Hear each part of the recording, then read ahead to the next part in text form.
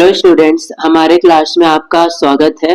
आज की क्लास में हम हिंदी के कुछ इम्पोर्टेंट एमसीक्यू टाइप क्वेश्चंस को सॉल्व करेंगे।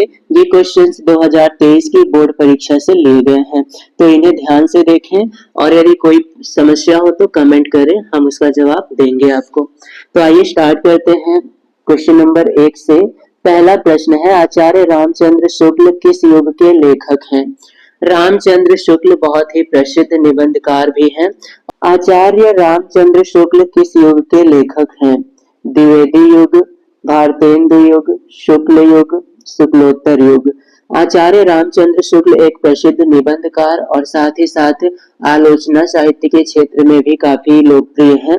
तो ये मुख्यतः शुक्ल युग के कवि हैं, तो हमारा सही जवाब होगा ऑप्शन ग। अगला क्वेश्चन है, गबन किस विधा की रचना है? तो गबन के बारे में सभी जानते होंगे, यह मुंशी प्रेमचंद की एक प्रसिद्ध रचना है। मुंशी प्रेमचंद। और किस विधा की रचना है ये हमें बताना है। तो ऑप्शन है नाटक, एकांकी, उपन्यास, कहानी।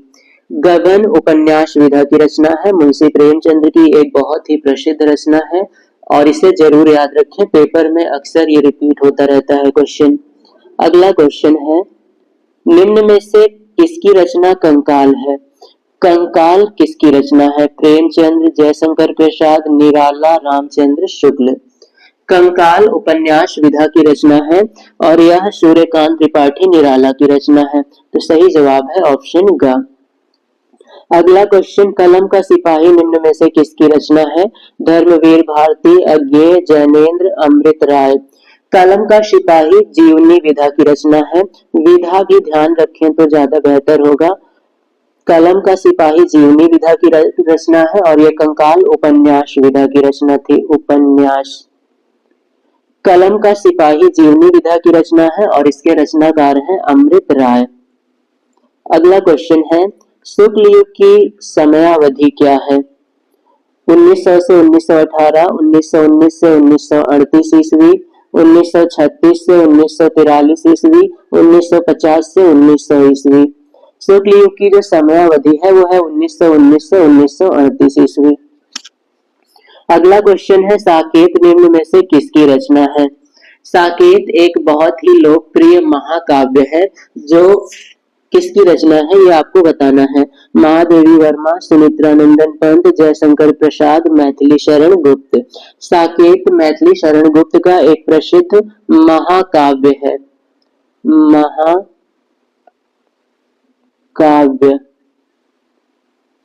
अगला क्वेश्चन है, गंगा लहरी निम्न में से किसकी रचना है?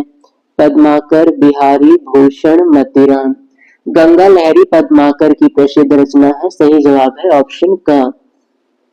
अगला क्वेश्चन, महादेवी वर्मा किस युग की कवयित्री है? प्रगतिवादी युग, द्विवेदी युग, छायावाद युग, प्रयोगवाद युग। महादेवी वर्मा प्रसिद्ध कवयित्री हैं छायावाद युग की। अगला क्वेश्चन है, आधुनिक काल की समय सीमा क्या है? 1919 से 1938, 1936 से 1943, 1918 से 1950 या फिर 1843 से अब तक।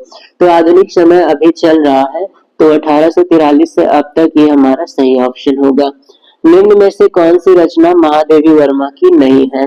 निहार, सांध्य गीत, युगांत, दीप शिखा। तो इनमें से निहार, सांध्य गीत और दीप शिखा ये तीनों महादेवी वर्मा की रचना है, लेकिन युगांत महादेवी वर्मा की रचना नहीं है, ये सुमित्रा नंदन पंत की रचना है। सुमित्रा नंदन पंत। निहार, सांध्य गीत, दीप शिखा, युगांत ये चारों रचनाएं बहुत ही इंपॉर्टेंट हैं, तो इसको अच्छे से याद करें। अगला क्वेश्चन है रस से संबंधित। अगला क्वेश्चन है रस से संबंधित, हास्य रस का स्थायी भाव क्या होता है? रति, शोक, निर्वेद, हास्य।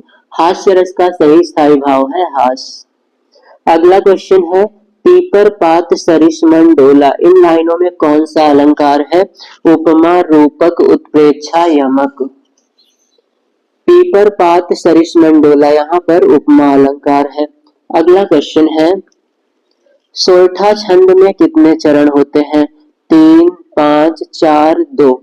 सोरठा छंद में 4 चरण होते हैं। ये अर्ध सम्मात्रिक छंद है। इसके पहले और तीसरी पंक्ति में 11-11, दूसरी और चौथी पंक्ति में 13-13 मात्राएं होती हैं। अगला क्वेश्चन, उपदेश शब्द में कौन सा उपसर्ग प्रयुक्त है? उ, आ, उप, अन। तो उपदेश से अगर हम देश को अलग कर दें तो बचेगा उप, और ये प्लस देश। उपदेश में 2 भाग है, उप प्लस देश। ये उप है, यहाँ पर उपसर्ग है। मूल शब्द के पहले जो शब्द लगता है वो उपसर्ग होता है। अगला क्वेश्चन है, प्रत्यय के कितने भेद होते हैं? 2, 3, 4, 1। प्रत्यय के मुख्यतः 2 भेद होते हैं। पहला है कृत प्रत्यय और दूसरा है तद्धित प्रत्यय। कृत और तद्धित प्रत्यय।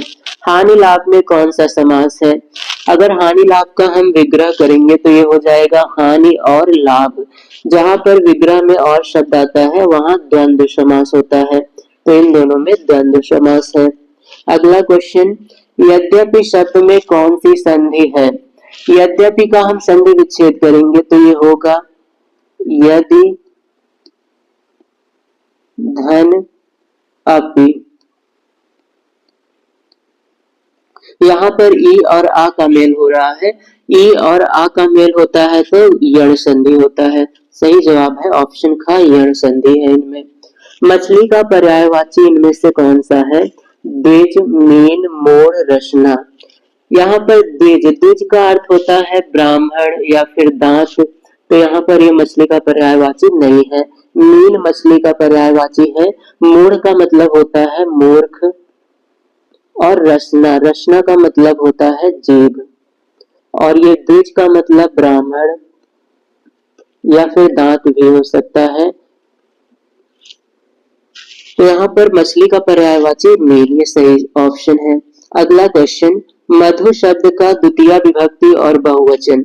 मधु शब्द का द्वितीय विभक्ति और बहुवचन होता है मधुनि। अगला क्वेश्चन है, पठेताम धातु का वचन एवं पुरुष है। एक वचन मध्यम पुरुष, बहुवचन उत्तम पुरुष, द्विवचन प्रथम पुरुष, एक वचन प्रथम पुरुष। पठेताम पठ धातु का विधिलिंग रूप है, और पठ धातु का विधिलिंग रूप होता है पठेत, पठेताम, पठेयुः। तो पठेताम प्रथम पुरुष और द्विवचन में आता है, तो यहाँ पर हमारा सही जवाब है ऑप्शन का, प्रथम पुरुष और द्विवचन। इसके लिए आपको रूप अच्छे से याद होना चाहिए, तभी आप इस तरह के क्वेश्चंस को कर पाएंगे। तो ये था 20 इंपॉर्टेंट क्वेश्चंस जो कि 2023 की परीक्षा से संबंधित थे। ऐसे ही इंटरेस्टिंग क्लासेस के लिए आप हमारे चैनल को सब्सक्राइब करें और बेल आइकन बटन को प्रेस कर लें, ताकि हमारे आने वाली डेली क्लास की अपडेट्स आप तक पहुंचती रहे।